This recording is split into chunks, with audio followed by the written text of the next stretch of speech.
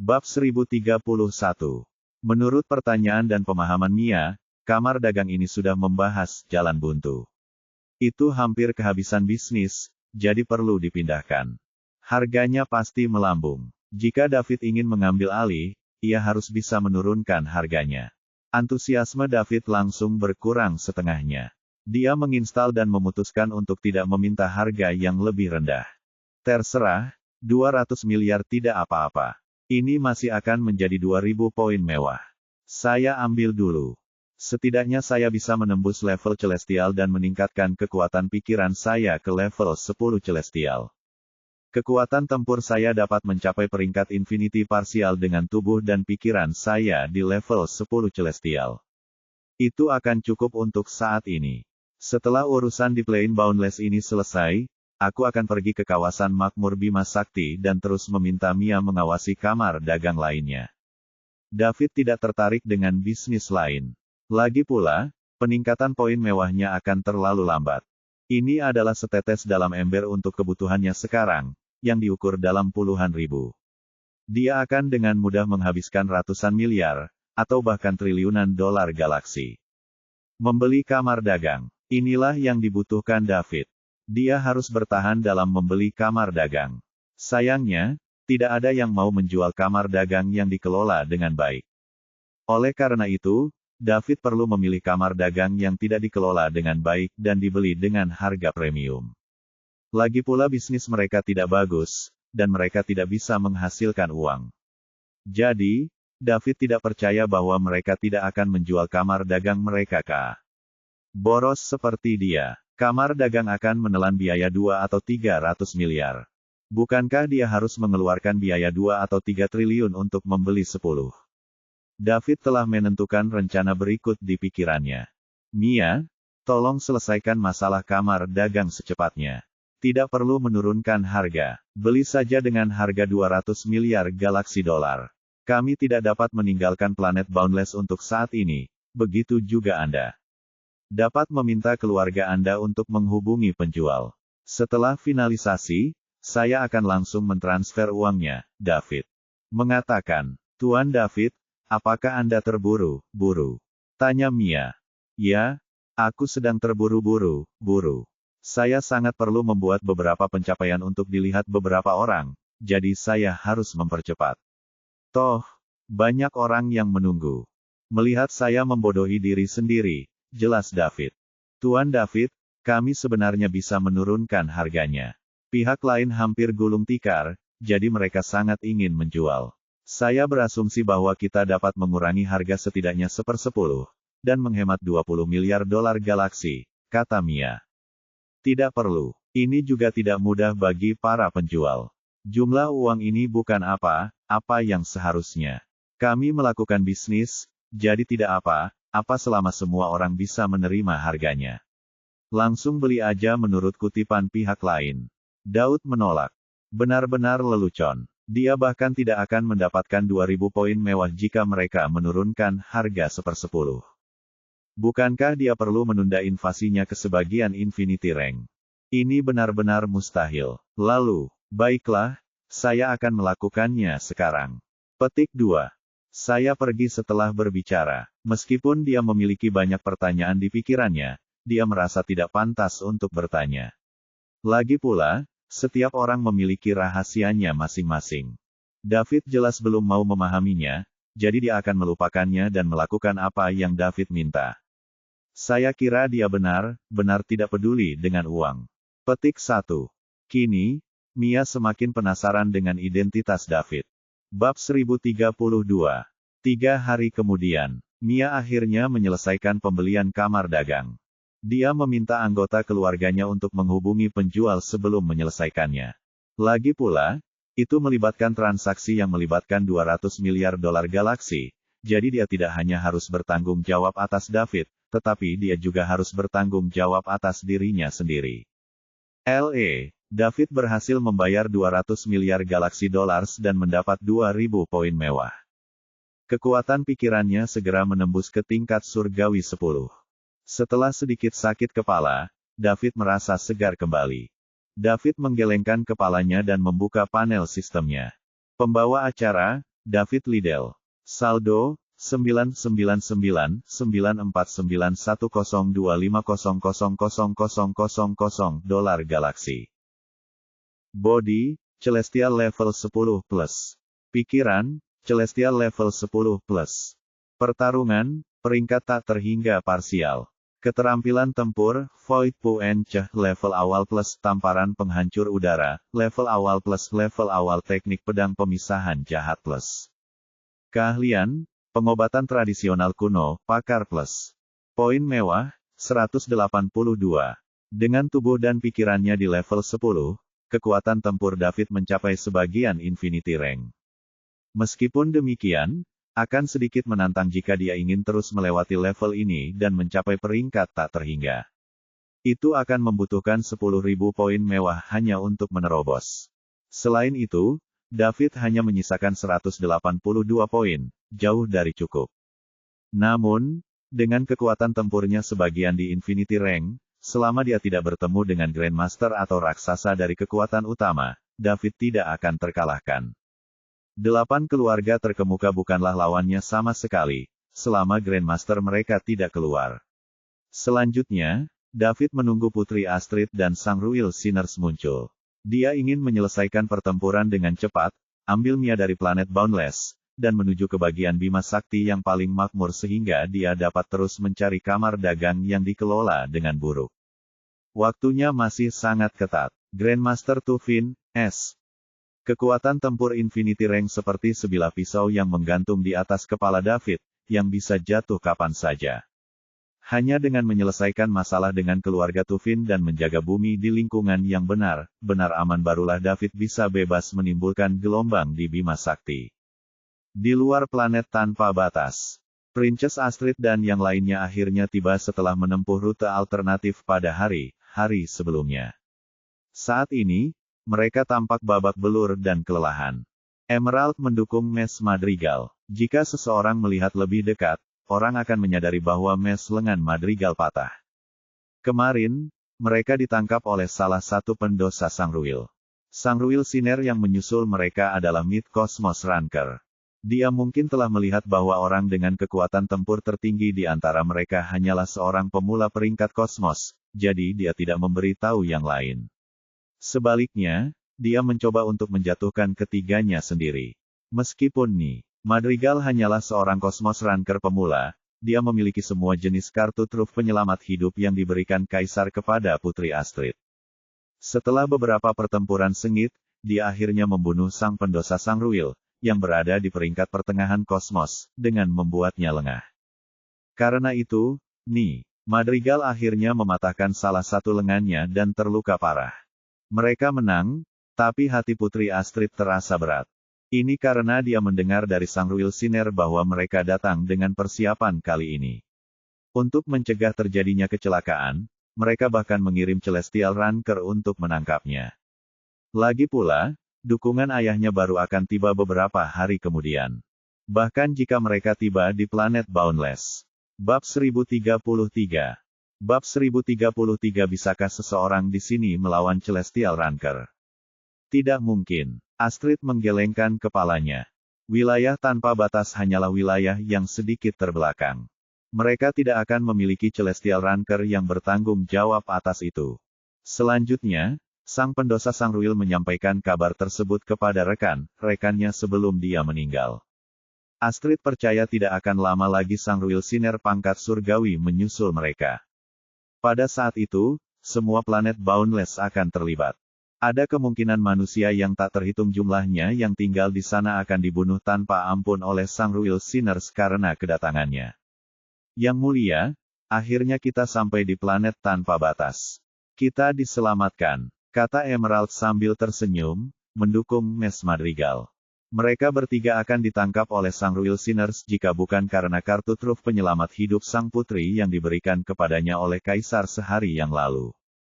Sang Putri mungkin ditangkap hidup dan digunakan untuk mengancam Kaisar, tetapi Mes Madrigal dan Emerald pasti akan mati. Sekarang, mereka akhirnya tiba di lokasi yang ditentukan oleh Kaisar.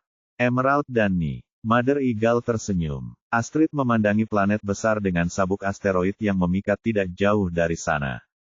Tak terhitung manusia yang tinggal di sana. Sekarang, orang-orang itu semua akan menghadapi pemusnahan karena kedatangannya.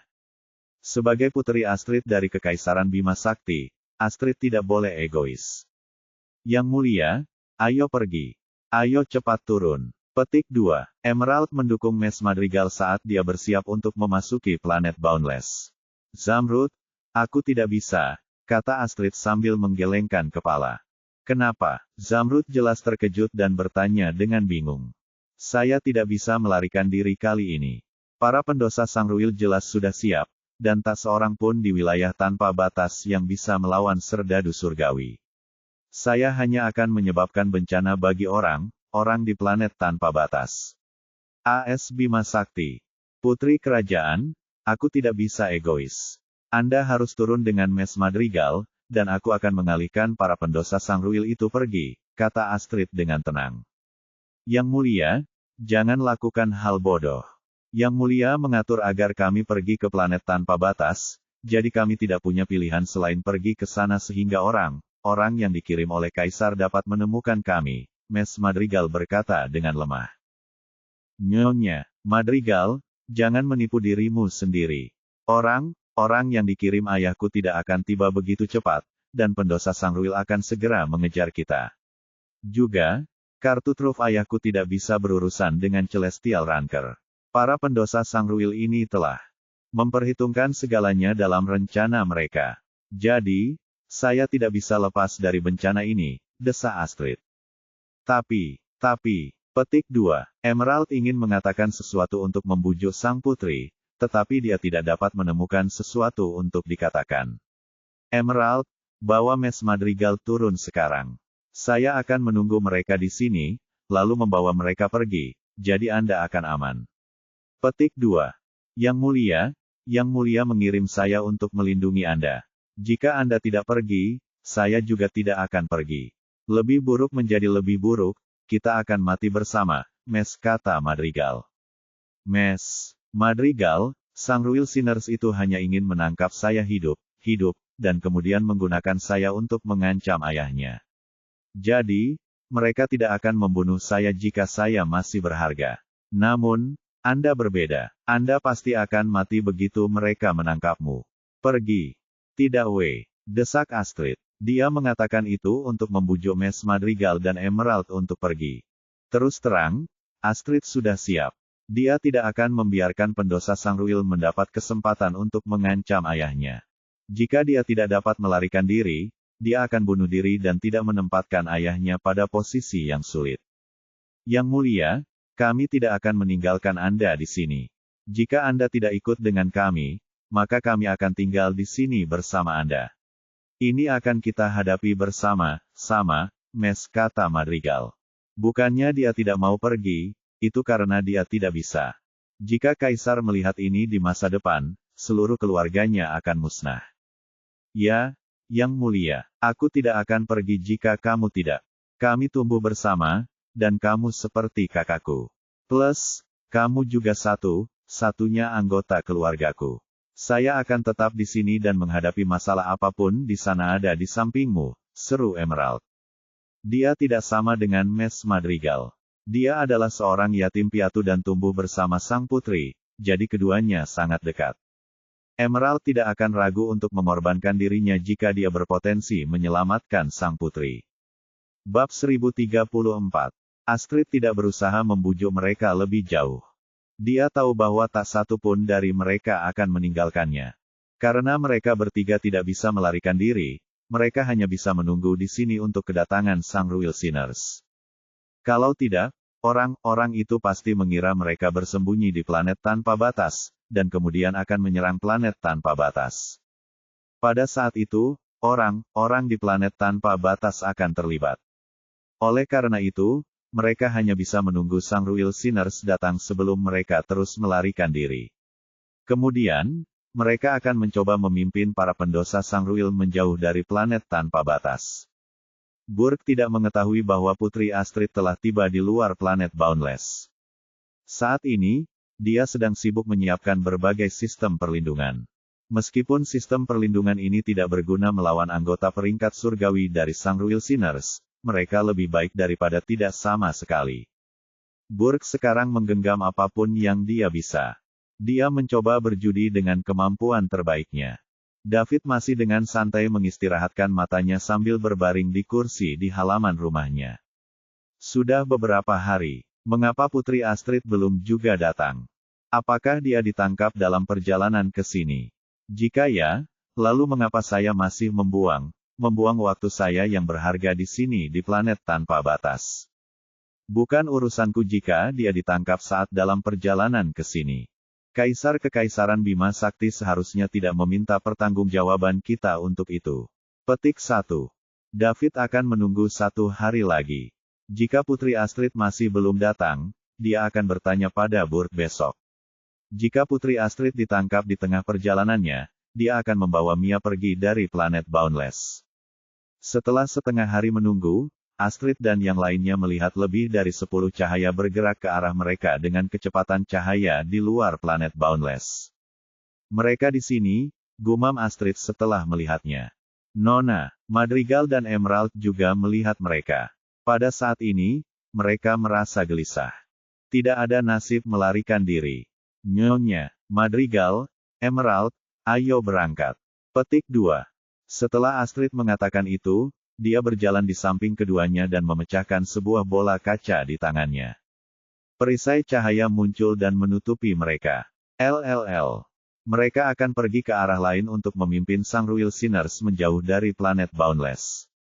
Namun, sebelum mereka bisa melakukan apapun, seorang pria berkulit hitam muncul ke arah lain dan menghalangi mereka. Orang ini bersembunyi di balik jubah hitam lebar. Tidak hanya wajahnya yang tersembunyi, jubah itu juga menyembunyikan anggota tubuhnya. Astrid dan yang lainnya terkejut. Mereka diblokir. Kamu Putri Astrid dari Kekaisaran Bima Sakti, kan? Pria berkulit hitam itu bertanya. Suaranya terdengar sangat tidak menyenangkan, dan terdengar seperti paku di papan tulis bagi Astrid. Namun, Astrid tetap menjawab, ya, itu saya. Petik 2. Bagus. Ikuti kami, lanjut pria bermata hitam itu. Tentu, tapi Anda harus membiarkan Miss Madrigal dan Emerald duluan, kata Astrid. Yang mulia, kami tidak akan pergi. Nona, kata Madrigal dan Emerald secara bersamaan. Kamu tidak punya hak untuk membahas persyaratan denganku sekarang. Petik 2. Jika Anda ingin menangkap saya hidup, Anda harus membiarkan mereka pergi. Kalau tidak, aku akan bunuh diri di hadapanmu, ancam Astrid. Cek, gadis yang menyerah.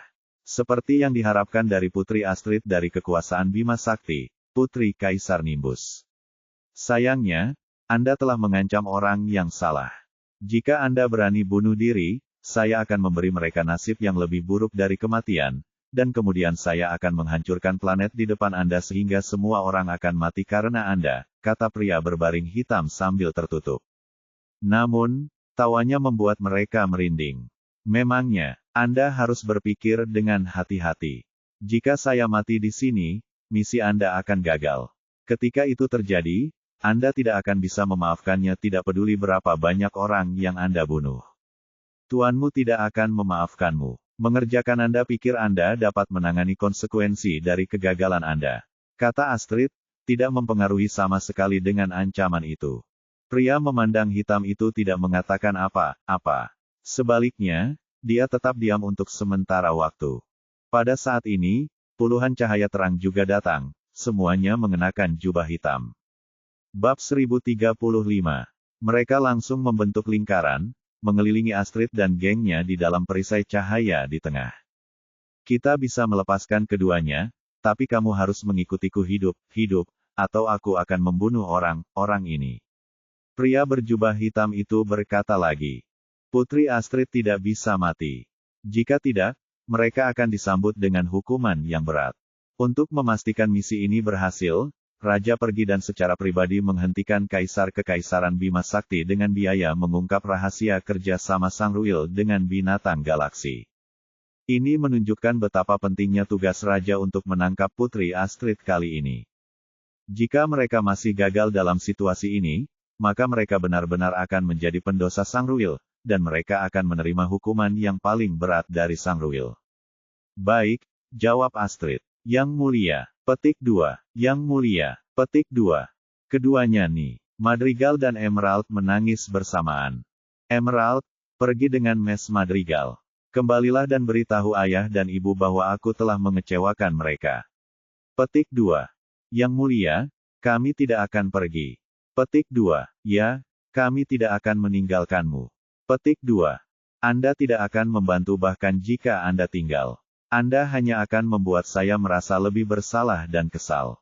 Sekarang, sebagai putri Kekaisaran Bima Sakti, saya memerintahkan Anda untuk segera pergi, kata Astrid dengan sungguh-sungguh. Tapi, tidak ada tapi. Pergilah segera jika kamu masih menganggapku sebagai Tuan Putri. Petik 2. F. Baik, Yang mulia, Anda harus berhati-hati. Yang mulia pasti akan menemukan cara untuk menyelamatkan Anda. Petik 2. Saya akan. Petik 2. Setelah Astrid mengatakan itu, dia melambaikan tangannya, dan sepertiga dari perisai cahaya terbuka untuk Mes Madrigal dan Emerald untuk pergi. Namun, pada saat ini, pria berjubah hitam yang menghentikan Astrid dan gengnya tiba-tiba muncul di luar perisai. Dia meraih cakarnya yang bersisik ke dalam perisai dari pintu keluar untuk meraih Astrid. Dia secepat kilat, dan Aside tidak bisa kembali ke inderanya tepat waktu karena levelnya saat ini. Oleh karena itu, dia hanya bisa melihat saat cakar bersisik itu menjangkau ke arahnya. Pria berjubah hitam itu menunggu Astrid membuka perisainya. Dia tahu bahwa perisai ini memiliki pertahanan yang sangat kuat. Dia bisa mematahkannya, tapi dia butuh waktu. Selama ini, pria berjubah hitam itu tidak bisa menjamin Astrid tidak akan bunuh diri di dalam perisai. Dia tidak berani mengambil pertaruhan ini. Makanya, dia langsung beraksi saat Astrid membuka tamengnya. Tentu saja, dia tidak percaya Astrid akan patuh menemaninya jika dia membiarkan keduanya pergi. Saat cakar pria berjubah hitam hendak mencengkeram leher Astrid untuk mencegahnya bunuh diri, sebuah tangan tiba-tiba muncul di dalam perisai dan mencengkeram cakar pria berjubah hitam itu. Dia dihentikan 1 cm jauh dari leher Astrid, tidak bisa bergerak lagi. Pemilik tangan ini tentu saja adalah David. Dia awalnya mengistirahatkan matanya di halaman. Namun, kekuatan pikirannya secara tidak sengaja merasakan beberapa energi kuat mendekati planet tanpa batas. Oleh karena itu, dia ragu sejenak sebelum memutuskan untuk datang dan melihat-lihat. Saat itulah dia melihat pemandangan yang mengejutkan ini. Dia memutuskan untuk menghentikan pria itu sebelum dia bisa berpikir. Lagi pula, pria berjubah hitam itu tidak memandang David sebagai orang baik. Mereka membuat David merasa tidak nyaman. Oleh karena itu, David menghentikan pria berjubah hitam dari mencapai tujuannya di detik terakhir. Bab 1036. Di luar planet tanpa batas, kehampaan tampak membeku. David menangkap tangan pria berjubah hitam itu, dan pria itu tidak bisa bergerak. Dia memandang pemuda yang tiba-tiba muncul di hadapannya, dan jelas bahwa otaknya belum mencatat apa yang sedang terjadi. Dia sepertinya tidak mengerti mengapa tangannya dicengkeram oleh seorang pria yang terlihat sangat muda. Astrid dan geng melebarkan mata mereka. Astrid baru saja menerima takdirnya. Astrid sedang menghadapi pendosa Sangruil yang telah mencapai peringkat surgawi. Bahkan jika dia menghabiskan semua kemampuannya yang tersedia, tidak ada yang terjadi dan dia bisa hanya menerima nasibnya. Dia bahkan tidak bisa bunuh diri seperti yang dia rencanakan. Namun, seseorang tiba-tiba menyelamatkannya. Astrid berpikir bahwa karena seseorang telah datang untuk menyelamatkannya, maka orang ini tentu saja adalah ayahnya, Kaisar Nimbus dari Kekaisaran Bima Sakti. Bahkan ketika dia melihat tangan mencengkeram cakar menjijikkan itu, dia berpikir sejenak bahwa ayahnya telah tiba. Namun, apa yang sebenarnya dia lihat adalah wajah yang sama sekali tidak dikenalnya. Astrid yakin dia belum pernah melihat pria ini sebelumnya. Siapa dia? Apakah ayah mengirimnya untuk menyelamatkanku? Dia sangat muda dan dia sangat kuat. Dia bahkan bisa menghentikan pendosa Sangruil pangkat surgawi. Petik 1. Pada saat ini, David mengalihkan pandangannya dan menatapnya. Seketika itu juga, jantung Astrid mulai berdegup kencang dan wajahnya di bawah cadar berubah sedikit merah. Bahkan lusinan pria berjubah hitam yang mengelilingi mereka tidak pernah menyadari ketika David muncul meski terus mengawasi Astrid dan gengnya sepanjang waktu. Seolah-olah orang ini tiba-tiba muncul dalam penglihatan mereka dalam sepersekian detik itu. Meskipun demikian, reaksi mereka bahkan lebih lambat. Saat David memegang tangan pria berjubah hitam itu, dia mengalihkan pandangannya ke arah Astrid, target pria berjubah hitam itu. Jika dia benar, wanita muda bercadar ini seharusnya menjadi karakter utama hari ini, Putri Astrid dari Kekaisaran Bima Sakti. Meskipun dia sudah menebaknya, David tetap bertanya, apakah kamu Putri Astrid dari Kekaisaran Bima Sakti? Petik 2. Ya, jawab Astrid D. Setelah memastikan identitas Astrid, David kembali menatap tangan yang dipegangnya dan mengerutkan kening. Dia merasakan ada yang tidak beres pada saat dia memegang tangan orang itu. Itu sama sekali tidak terasa seperti tangan manusia. Setelah melihatnya, dia menyadari bahwa itu bukanlah tangan sama sekali. Itu adalah cakar yang ditutupi sisik. Bagaimana mungkin manusia memiliki cakar seperti itu? Petik 1. Bahkan jika David sangat kuat dan merupakan sebagian Infinity Ranker, seseorang yang hampir berada di level tembakan besar di Bima Sakti, dia tidak setua itu. Dia baru berusia 25 atau 26 tahun dan ini adalah pertama kali dia mengalami ini. Karena itu, dia panik dan melepaskan tangannya tanpa sadar. Pria berjubah hitam itu bebas. Setelah itu, dia mundur ratusan meter. Matanya tampak seperti milik binatang buas dan mereka menatap tajam ke arah David. Tadi, dia tidak memperhatikan kapan David muncul. Ini sedikit menakutkan. Orang harus tahu bahwa pria berjubah hitam itu dimodifikasi oleh Sang Ruil. Setelah dia disuntik dengan gen binatang galaksi, kekuatan tempurnya telah mencapai peringkat langit pemula. Saat ini, dia bahkan tidak merasakannya ketika seorang pemuda mendekatinya. Ada dua kemungkinan. Pertama, pemuda di depannya ini jauh lebih kuat darinya, dan dia setidaknya seorang Celestial Ranker yang terlambat. Kedua, pemuda di depannya ini memiliki teknologi canggih yang berspesialisasi dalam gerakan kecepatan tinggi, dan dia ahli dalam menggunakannya. Itu sebabnya pemuda itu bisa meraih tangannya. Meski pria berjubah hitam itu tertangkap basah, pemuda itu jelas tidak lemah. Apapun alasannya, mereka menghadapi kemungkinan rintangan dalam menangkap Putri Astrid hidup hari ini. Bab 1037. Jika ini kasus pertama, mereka pasti akan mati hari ini. Mereka bukan apa-apa di hadapan pria kuat dengan kekuatan tempur yang mencapai Celestial Rank terlambat. Bahkan jika itu kasus kedua, akan sulit bagi mereka untuk menangkap Putri Astrid dengan lawan yang memiliki kecepatan seperti itu. Apakah Nimbus mengirimmu? Pria berjubah hitam itu bertanya dengan enggan. Siapa Nimbus? Tanya David curiga. Dia baru saja datang ke sini dan tidak tahu siapa Nimbus itu. Saat Astrid mendengar David menanyakan itu, hatinya semakin dipenuhi keraguan. Dia tidak kenal ayah. Apakah dia tidak dikirim oleh ayah? Petik 1. Namun, jika bukan ayah, siapa yang mengirim orang ini untuk menyelamatkanku? Baru saja, dia bertanya apakah saya Putri Astrid, jadi dia pasti dititipkan orang lain. Petik 1. Bukan hanya Astrid yang pikirannya dipenuhi dengan keraguan ini, semua orang memikirkan pertanyaan yang sama. Kamu tidak tahu Nimbus? Pria berjubah hitam itu bertanya lagi. Tidak ada yang mengirim saya karena tidak ada yang bisa mengirim saya, kata David. Lalu mengapa kamu datang ke sini untuk menyelamatkan sang putri? Petik 2. Saya tidak tahan dengan ini. Katakan, bagaimana bisa pria dewasa menggertak wanita? Jika Anda punya nyali, langsung temui ayahnya. Jawab Daud. Meskipun dia tidak dipaksa melakukan ini, itu akan merepotkan dia jika Kaisar Kekaisaran Bima Sakti melihat ini di masa depan dan menemukan bahwa dia hanya berdiri diam.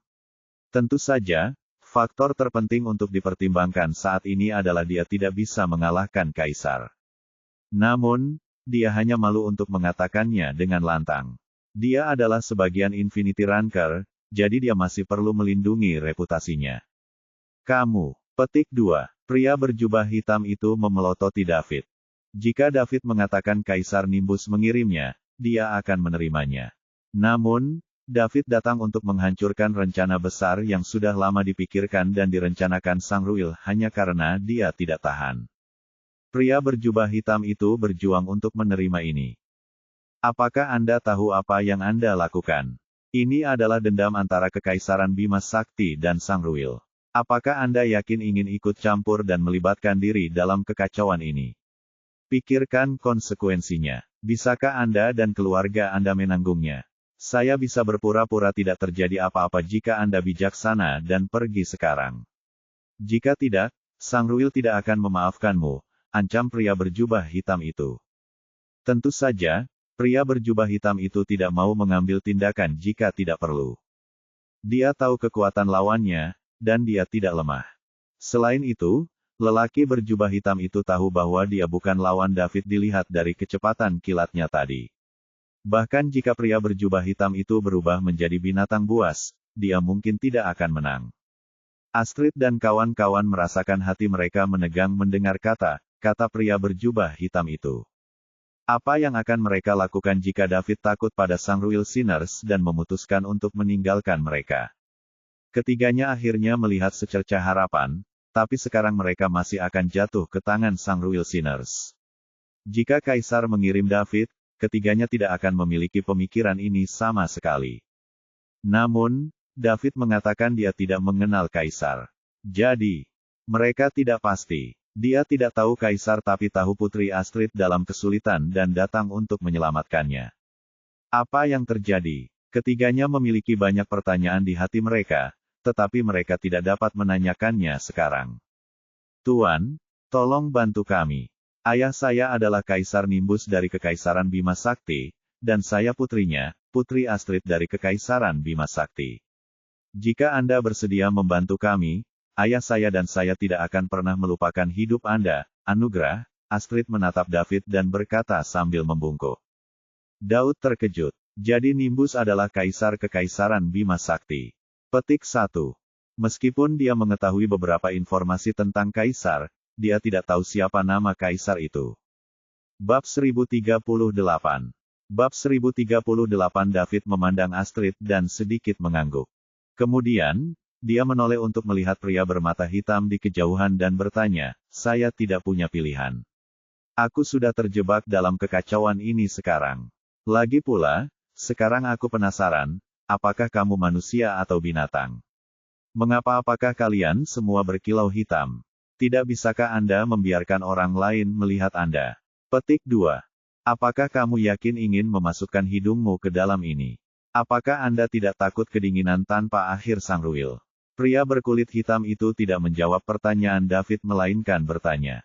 Anda lebih baik menjawab pertanyaan saya terlebih dahulu, dan kemudian saya akan memutuskan apa yang harus dilakukan, jawab David.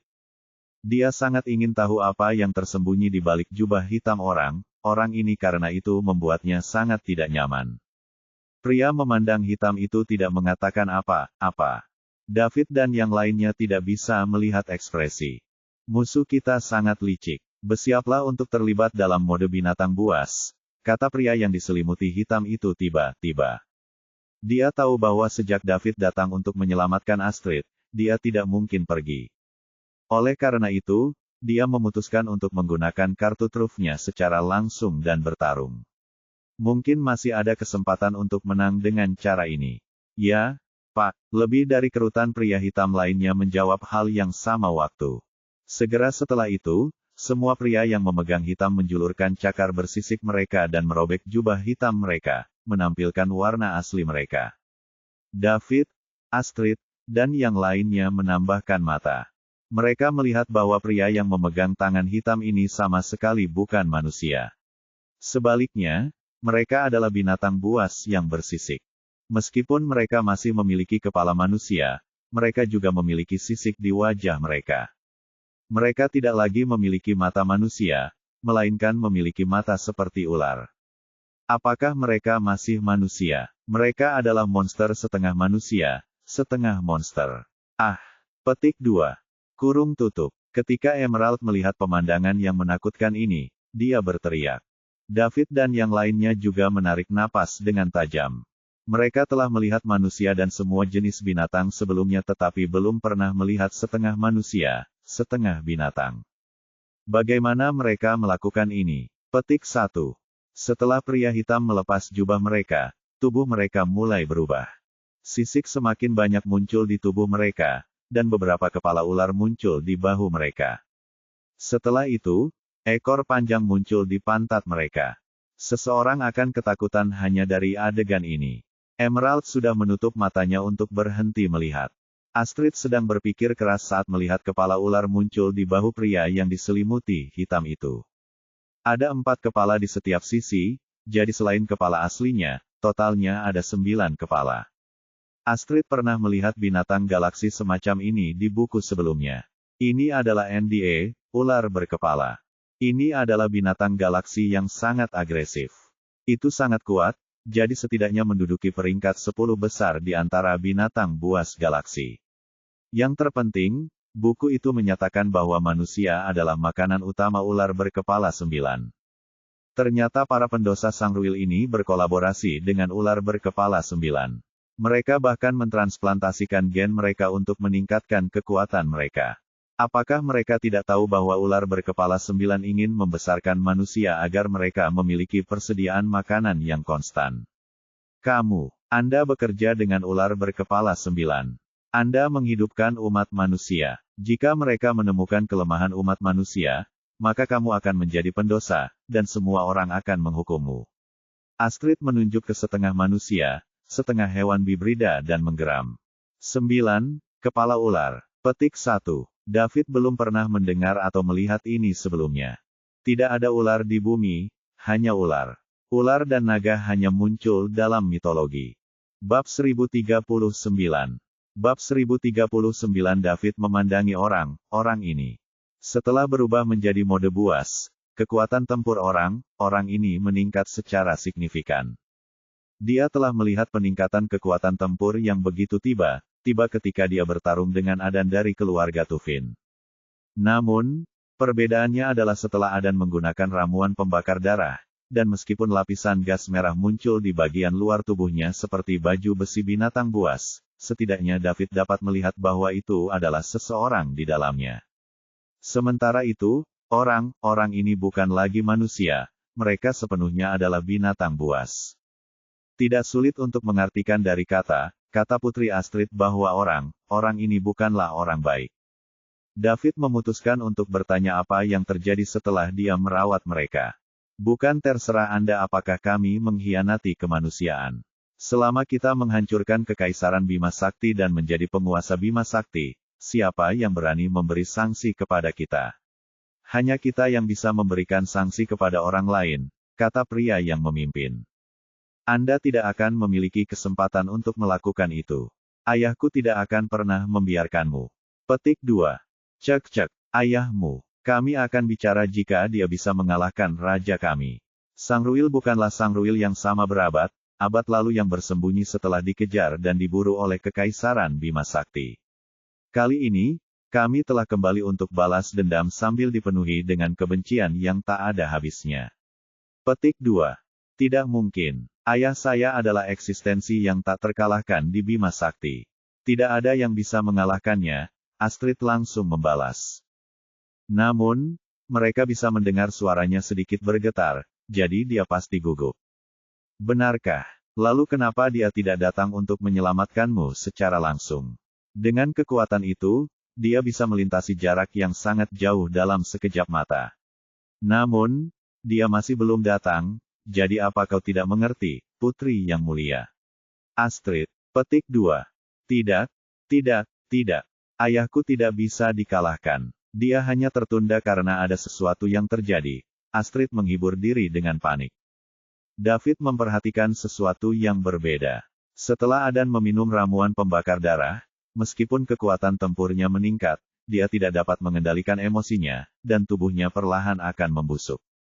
Ketika saatnya tiba, dia akan mati tanpa ada yang melakukannya apapun.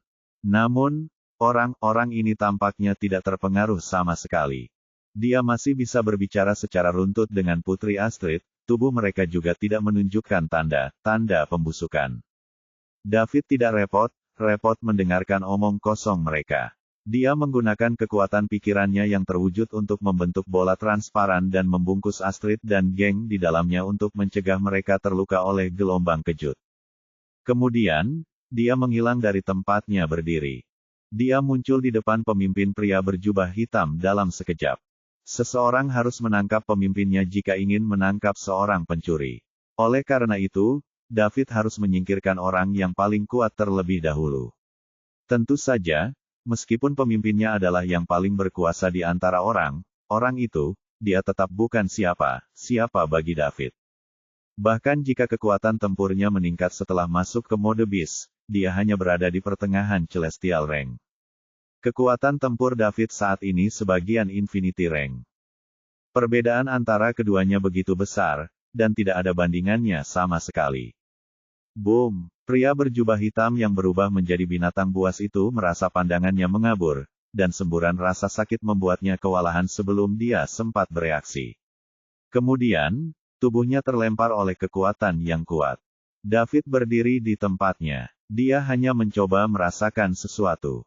Sisik pria itu sangat keras, dan pertahanannya cukup tinggi. Itu sebabnya David tidak bisa membunuh pria itu dengan satu pukulan. Meskipun itu hanya pukulan biasa, itu bukanlah sesuatu yang bisa dilawan oleh peringkat menengah Celestial. Sementara itu, David tidak puas dengan efek pukulannya, dan tubuhnya menghilang di tempat lagi. Ketika dia muncul kembali, dia sudah menyusul pria berjubah hitam yang terlempar ke udara olehnya dan masih belum berhenti. Pria berjubah hitam itu kesakitan luar biasa, tetapi David berada di sisinya lagi sebelum dia bisa kembali sadar. Mata pria berjubah hitam itu menyipit. Kecepatan macam apa ini? Bagaimana aku akan terus berjuang? Tidak ada cara bagi saya untuk melawan sama sekali. Petik 1. Ia ingin melakukan gerakan defensif, tapi telapak lembut David langsung menyentuh dadanya. Top Combat Skill, Air Crushing Slap. Ini segera menghancurkan semua organ dalam pria berjubah hitam itu. Kemudian, David menangkap ekor pria itu dan kembali ke lokasi semula. Bab 1040. Bab 1040 David hanya menggunakan sepersekian detik untuk menerbangkan pemimpin-pemimpin Sangruil Sinners. Segera setelah itu, David mengejarnya lagi untuk memberinya pukulan terakhir. Astrid, gengnya, dan lebih dari selusin bibrida Sangruil Sinner adalah satu-satunya yang tersisa di tempat kejadian. Astrid dan yang lainnya tercengang. Apa yang terjadi? Apakah dia akan mengabaikan kita begitu saja? Ada begitu banyak bibrida manusia, binatang di sini. Petik 1. Karena kekuatan pikiran yang termaterialisasi bersifat transparan, mereka tidak dapat melihatnya. Oleh karena itu, mereka tidak mengetahui bahwa David memiliki rencana cadangan untuk mereka. Mereka hanya merasa bahwa David sangat tidak dapat diandalkan. Lebih dari selusin bibrida Sangruil Sinner juga dibiarkan tertegun. Dia pergi begitu saja, bukankah dia memberi kita jendela untuk bertindak? Petik 2. Selama mereka menangkap Putri Astrid dan kembali melaporkan beritanya, misi mereka akan selesai, dan Raja akan menghadiahi mereka. Selain itu, mereka juga bisa terus meningkatkan kekuatan tempur mereka. Siapa yang tidak ingin menjadi Celestial Ranker? Pergi. Petik 2. Seseorang mengatakan ini, dan kemudian lusinan bibrida bertindak pada saat yang bersamaan. Mereka dengan cepat mendekati Astrid dan kelompoknya, mengulurkan cakar bersisik mereka untuk mencengkeram Astrid. Ah! Petik 2. Astrid dan kawan-kawan berteriak. Pada saat yang sama, mereka memejamkan mata, menunggu datangnya bencana. Tapi setelah beberapa saat, bang bang bang. Lebih dari selusin suara keras terdengar di telinga mereka. Mereka tidak terluka sama sekali. Kemudian, Astrid dan yang lainnya membuka mata. Mereka melihat lebih dari selusin bibrida Sangruil Sinners dengan ekspresi menyakitkan di wajah mereka. Mereka sepertinya terhalang oleh penghalang tak terlihat beberapa meter jauhnya. Orang ini sangat cepat, sehingga kemunculannya tiba-tiba. Penghalang tak terlihat membuat mereka lengah, menyebabkan cakar, tubuh, dan kepala mereka terbanting ke penghalang secara bersamaan. Mereka semua merasa pusing setelah tabrakan itu, dan wajah mereka tampak kesakitan. Apa yang terjadi? Petik 1. Ketiganya penasaran. Meskipun tidak jelas bagaimana situasi ini terjadi, mereka semua mengerti dalam hati bahwa pemuda yang menyelamatkan mereka pasti telah melakukan ini. Para pendosa Sangruil ini secara alami tidak senang karena target mereka dijauhkan dari mereka. Oleh karena itu, mereka mulai menggunakan segala macam cara untuk menyerang penghalang pikiran yang dibuat oleh David. Namun, hanya riak kecil yang muncul setelah serangan kuat yang tak terhitung jumlahnya. Mereka tidak dapat merusaknya sama sekali. Kekuatan pikiran David telah mencapai Celestial level 10, jadi hanya sebagian Infinity Ranker yang dapat memecahkannya. Para pendosa Sangruil ini semuanya adalah Ranker Kosmos, jadi mereka tidak akan melakukan apa-apa bahkan jika mereka terus menyerang selama 3 hari berturut-turut.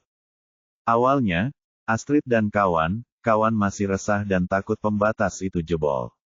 Namun, ketika mereka melihat semua orang diblokir di luar, mereka mulai tenang perlahan. Ini membuat mereka semakin penasaran dengan David. Dia masih sangat muda, namun, dia sangat kuat. Dia bahkan bisa mengalahkan pendosa tingkat surgawi pemula.